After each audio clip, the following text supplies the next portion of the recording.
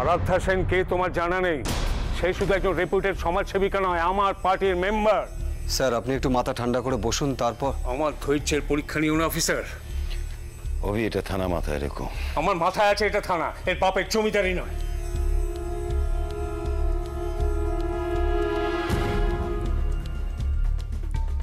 শোনো প্রদেশ, আমি বাইরে থেকে ফিরে এখনো বাড়ি ঢুকিনি। কথা না বাড়িয়ে আরাধ্যা সেনকে ছেড়ে দাও, না হলে।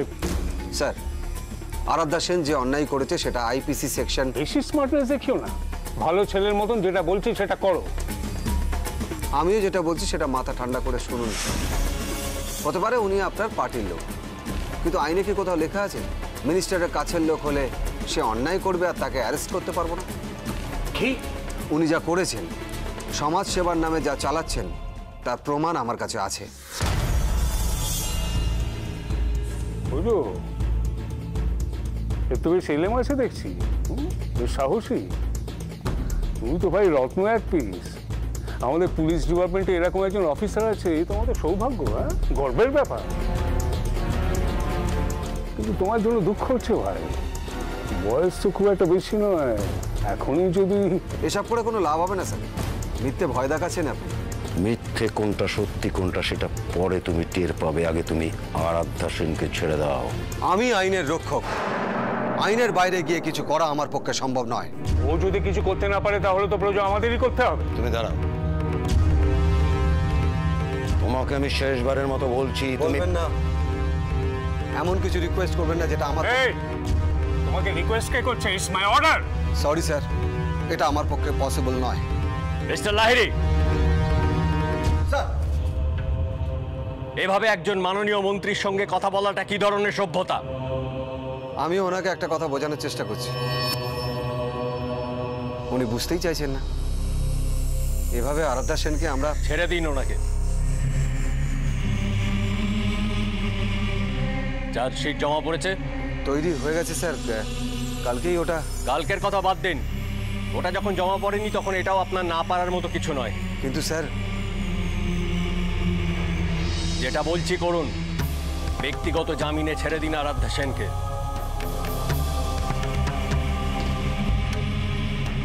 কি অসম্ভব সম্ভব হলো তো? এখন হাঁ করে দাঁড়িয়ে থেকে কোনো লাভ নেই। কিন্তু স্যার ওনার হয়ে ব্যক্তিগত জামিন আমি দিচ্ছি।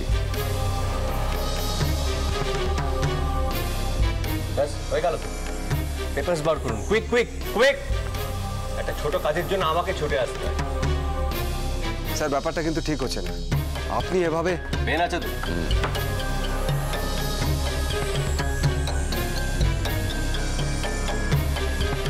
এবার নিয়ে আসতে বলবেন ওনাকে, নাকি সেটাও আমাকেই? স্যার আরাধ্যা সেনকে নিয়ে আসুন, যান। শুধু শুধু বাড়ি না এসে এখানে ছুটে এলে। আমাকে ফোন করলে আমি তো আগেই। অ্যারেস্টটাই তো তোমার আটকানো উচিত ছিল। ডিপার্টমেন্টের ভেতরটা ঠিক করো। একটা চুনোপুটি অফিসার যা ইচ্ছে তাই করে বেড়াচ্ছে, এটা তো ঠিক না। ওই ওই ওই দেখ, ওই দেখ, কি দেখ দেখ, ও এখানে এসেছে। ধর, আমি দেখছি।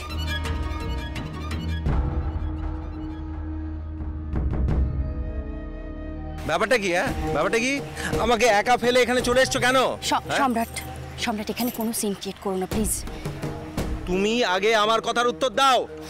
তুমি ভদ্রভাবে কথা বলো সম্রাট, এখানে সবাই আছে। তাই না? হ্যাঁ, কি ভেবেছো তুমি?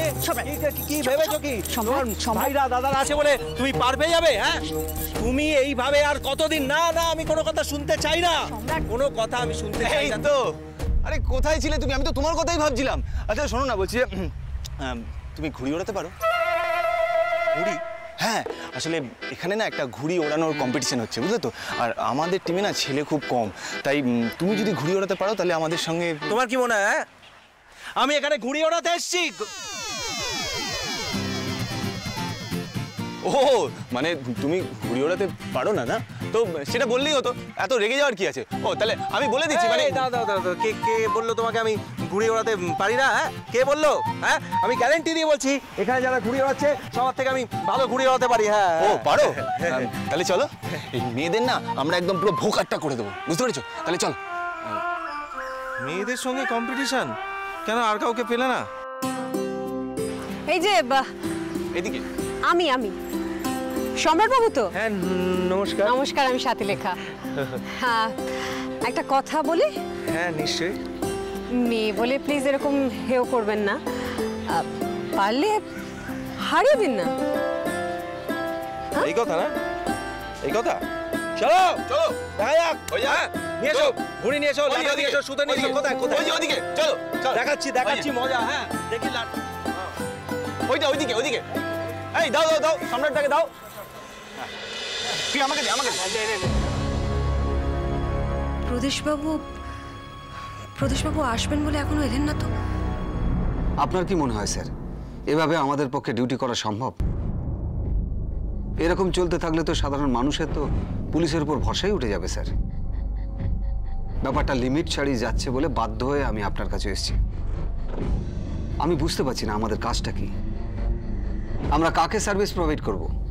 পাবলিক না মন্ত্রী আমলাদের?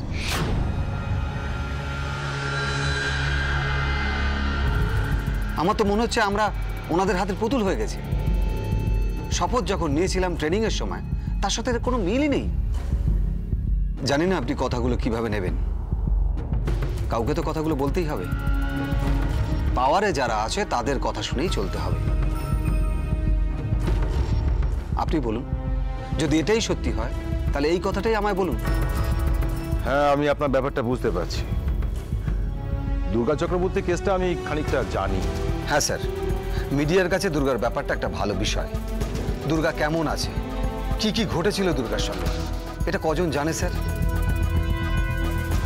আমি আমার সাধ্য মতন ওর পাশে থাকার চেষ্টা করেছি, কারণ আমি নিজের চোখে দেখেছি যে ওর সাথে কি অন্যায়টা হয়েছে। কিন্তু আজ যেটা হয়েছে, তারপর ওই মেয়েটা এই আইন শৃঙ্খলার উপর ভরসা রাখতে পারবে?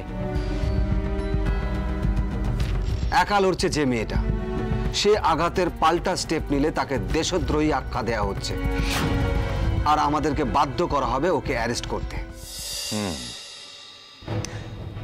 এখন আপনি কি চান? মানে আমি আপনার জন্য কি করতে পারি? আপনারও হয়তো হাত পা বাঁধা, আপনি চাইলেও কিছু করতে পারবেন না, কিন্তু আমি চাই এই যন্ত্রণার থেকে মুক্তি পেতে। ঠিক বুঝলাম না স্যার, আমি রেজিগনেশন দিতে চাই। চাকরি ছেড়ে দেবেন? স্যার, এটা আমার কাছে কোনো চাকরি নয়, আমার স্বপ্ন, আমার আদর্শ, আমার বাবার অসমাপ্ত কাজ। আমার পক্ষে এভাবে কম্প্রোমাইজ করে কাজ করা সম্ভব নয় স্যার। আপনি যখন ভরসা করে এতগুলো কথা আমায় বললেন, তখন আমিও একটা কথা বলি আপনাকে।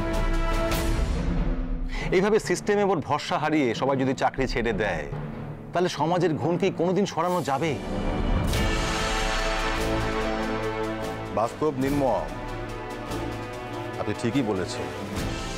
কিন্তু পাশাপাশি এটাও সত্যি যে আপনাদের মতো সৎ আদর্শবান পুলিশ অফিসার আছে বলেই এখনো মানুষ নিশ্চিন্তে ঘুমোতে পারে।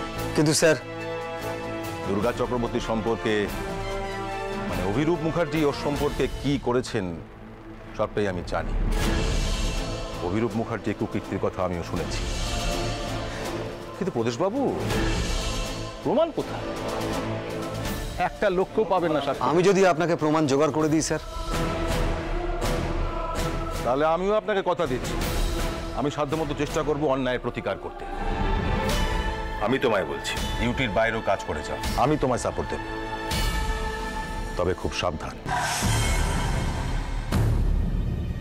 আপনি আমার পাশে আছেন, এটাই অনেক। ভালো লাগলো স্যার যে আপনিও দেশের জন্য ভাবেন। I will do my level best.